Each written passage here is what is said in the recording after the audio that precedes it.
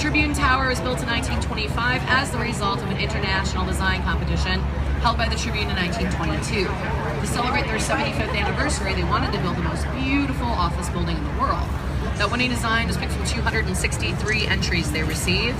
Hood and Howells are the winning architects. We'll see the Tribune on the way back. I'll tell you more about it then. Meantime, after this bridge on the right, you'll get to see the beautiful Wrigley Building, designed by Charles Biersman of Graham, Anderson, Probst & White. The South Tower, the one that's closest to us with the clock at the top, was built in 1921. The North Tower completed in 1924. There are 6 different shades of white terracotta tiles on the face of the Wrigley Building that get lighter and brighter as they go up to dry your eyes up to the top of the clock tower at 398 feet. There's 250,000 individual terracotta tiles on the Wrigley Building, which they hand wash. If you try to power wash that terracotta, it would disintegrate, so they lovingly hand wash it. That's going to bring us into one of the newest and biggest installations in the Chicago skyline. This giant blue building is the Trump International Hotel and Tower. This is a 2009 Adrian Smith design. Adrian Smith did not want this building to dominate everything in the vicinity, so he designed it with a series of setbacks to give it some visual continuity with more notable buildings around it. First setback is about the height of the base of the Wrigley Building back behind us. Second setback on the opposite side is about the height of the rounded Marina City Towers, which we will see better and talk about more in a minute. And then that third setback is about the height of the former IBM building, which is the black glass and steel building coming up next door to Trump on the right. To give you an idea of the difference between those two, the former IBM building is 52 stories tall, whereas Trump is topped off at 96 stories. That gives Trump Tower a full height of 1,389 feet, making it Chicago's second tallest building. Sometimes you'll see a discrepancy and see Trump listed as 1,362 feet. It's just simply when they first topped the building off, they measured from the street side on the opposite side, which is higher up. So then when they finished off the Riverwalk, they decided to measure from here to give him an extra 27 feet. Leave it to Trump to figure that one out. So that's what it's saying. Next door to Trump is the former IBM building. I keep using the word former because the IBM Corporation originally occupied it. They moved out in 2006. But don't let the simple design of this building fool you. It's very important architecturally speaking because it was completed in 1971. It was the last American building designed by famous German architect named Ludwig Mies van der Rohe. Mies van der Rohe was head of the Bauhaus over in Germany. He had to flee here to the United States. When he got here, he became head of the Illinois Institute of Technology. Basically, Mies van der Rohe was the father of modern architecture. So we'll spend some time talking about his design aesthetic later on. In the meantime, though, one of Mies's students from the Bauhaus, Bertrand Goldberg, put a completely different design aesthetic. Goldberg created the 2 towers of Marina City next on the right. And we affectionately call them the Corn Cob buildings here in Chicago. Marina City Complex was completed in 1968 to be a city within a city. Goldberg knew in the 50s and 60s everybody wanted to live in the suburbs. He thought if he could provide affordable housing with a lot of amenities, that would draw people back downtown. With no parking garages, marina, restaurant, bar, a bowling alley. They used to have a movie theater, but that has since been turned into the House of Blues. I don't know if any of you guys are Steve McQueen fans. He was an action movie guy. His last movie, The Hunter, they filmed a car chase scene at Marina City where they drove a Grand Prix off the parking deck into the river. Kids, that was before computer-generated graphics. They physically had to do it. And then the city charged them $1,000 an hour until they got the car back out again. Go figure. These next 2 buildings on the right, we kind of lumped them together and called this little section Riverfront Park. Both of them were built in 1987, but by different architects. The one with the Black Bay windows is currently the Westin Hotel, but was originally built by Helmuth Abada and Casaubon to be the Hotel Nikko for Japan Airlines. Even though it's not a Japanese-themed hotel anymore, they still maintain a very nice Japanese-style garden next door for their guests to enjoy. The green glass building next door is a 35-story post-modern Skidmore, Owings & Merrill installation. Originally, it was home to the Quaker Oat Company. Quaker Oats moved out about 8 years ago. They took their 3-story tall box of Quaker Oats with them. That's what used to reside in the lobby there. Now that building is home to the American Bar Association. Hey, Dee. Oh, look at Dee driving around with a bunch of pretty girls. All right. So it's now time to go to the Bar Association. So if you got a good lawyer joke, now would be the time for that. All right, then for you. Billy, you for hours. And after this bridge on the right, we've got a building as the Reed Center, built in 1913, designed by George C. Nimmons. So this building used to be symmetrical, not anymore. If you count from the clock tower to the right, there are 6 bays of windows.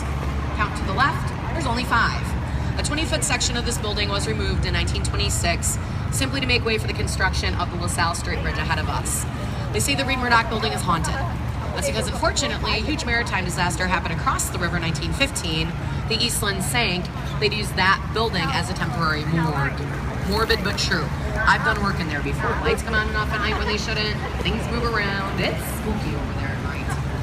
But on to happier things, we now have a fairly new office tower next door. It's completed 6 years ago. Just to give you a sense of scale, this one is 785 feet tall, and it's known simply by its address, 300 North LaSalle. What I think the cool thing about this building is they tried to be as environmentally friendly as they could. One of the many features they use is they take water from the river, run it through coils, and use that to help air condition the building in the summertime, so they don't have to use so much electricity. A lot of other buildings along the Chicago River employ that same method of cooling, and because of efforts like that, Chicago is now ranked number 6 in the United States as far as Energy Star rated buildings are concerned. So even though Mayor Daley's not in office anymore, he really did do a lot to help Chicago become more green. And that is going to bring us then to the gihugic, if not ginormous, Merchandise Mart. The Merchandise Mart was built in 1930 by Graham, Anderson, Probst, and White to consolidate all of Marshall Field's warehouses. Up until that point, Marshall Field and Company had 13 warehouses just scattered around town and thought, well, this is getting silly. Why don't we build one big building and put everything in there?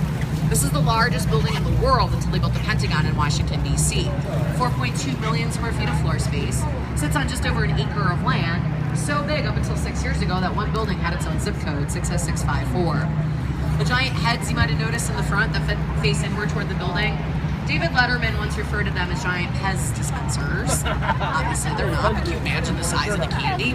That's what we like to call the Merchant Prince Hall of Fame. It's busts of famous retailers, people like Filene, Woolworth, Wanamaker, Montgomery Ward, and of course Marshall Field are represented up there. One last thing about the Merchandise Mart. It's a huge building, there's a lot to say, and I love good gossip. The Merchandise Mart was constructed for a cost of $30 million. They had cash flow problems because of the Great Depression, so they sold it to the Kennedys. JFK's dad, Joseph Kennedy, purchased the Merchandise Mart in 1945 for the bargain price of $12.5 million. The Kennedys held on to it until 1998 when they sold it for $550 million. So they made a good return on their investment, makes you almost wish you were Kennedy. Almost. So my new friends, we're gonna head up the North Branch of the river for a little bit. Yeah, this river's kind of confusing. The Chicago River is one big river. It has 3 separate branches. We just came off the main branch. We're going to head up the North Branch for a little bit, turn around, go back down the South Branch for a good long while, turn around, come back up the main branch. It's kind of like a big circle, yeah? We go up the North Branch. I like to switch it up and talk about a couple of things on the left-hand side just to break up the monotony of it all and get that crick out of your neck for a minute. First building that will be on our left is essentially in front of us right now. It's a white building that has blue windows and a slight concave curved front. This is the Residences at River Bend, built in 2002 by James DeStefano. They have a parking garage inside of that very narrow building. It's the middle section that has opaque windows and no balconies. They use a freight elevator to get the cars up there. And rather than have central hallways and apartments on either side, their hallways are all on the west or the back side. Everybody that lives there gets this really great panoramic view of downtown. The funniest thing about this building, when they first opened up, they wanted to advertise. So they bought themselves a huge banner. The banner literally covered the entire front of that parking garage. And in 3-foot tall letters, they spelled it wrong. Oh yeah. It said residences, not residences. Which I know is a tiny mistake, but I always thought it was hilarious because you know they spent a ton of money on a sign that big. Why didn't anybody spell check it? Oh well. Pink building next door, that would be the oldest building that you're going to see today on the river, at least. It was built in 1898 by Frank Abbott and is called Fulton House. Originally, it was used as a cold storage building. How they kept all of the dairy products inside cold before we had refrigeration. Check out the balconies. See how deeply they're set in? That's how thick the walls are, except that they're hollow. They filled the walls with frozen horsehair. That's what kept everything insulated. Harry Weiss was the architect in charge of turning those into condos. He had to let that building thaw out for a year so he could get all the horsehair out of there and then put in the balconies and the windows. Bob. So Harry Weiss. Bob. Harry Weiss was a good guy, a great architect, and he loved to go sailing. That love of sailing is evidenced by his river cottages next on the left. They're very nautical in theme. They have slanted roof lines that form triangles, remind you of sails on a sailboat, portholes for some of their windows, and they have their own dock space down at the bottom. There's 4 separate river cottages there, all conjoined together. They range in square footage from 2,200 to 4,200 square feet. Nope, I have no idea what they're worth real estate-wise. As far as I know, they've never been resold since they were first purchased in 1990. Your guess is as good as mine. So last year, the people that live in the next residential area after this bridge on the left, they all got together and hired a bunch of lawyers because they don't like being on the tour boat path anymore. They can't hear their money accruing over the microphone. So they filed a cease and desist. And now nobody from this company, and only this company, none of us are allowed to speak on the microphone between this bridge and the next bridge.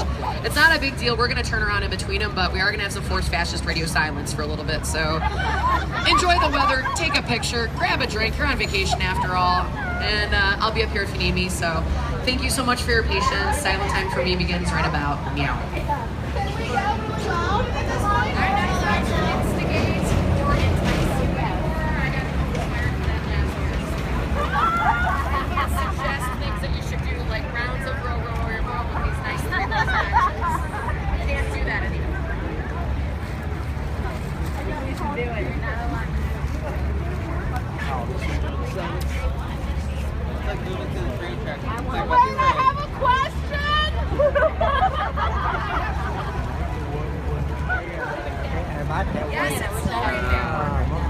Em quay xong em để em gửi cho anh Bảy, đừng lo, em quay xong em gửi cho anh Bảy hết à.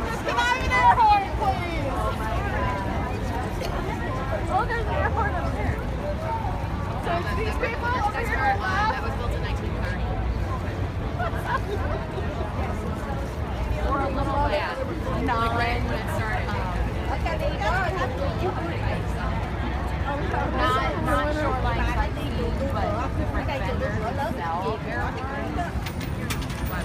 not like, what's it called? So it's not, yeah, third party. So they can't be, you know, they can't be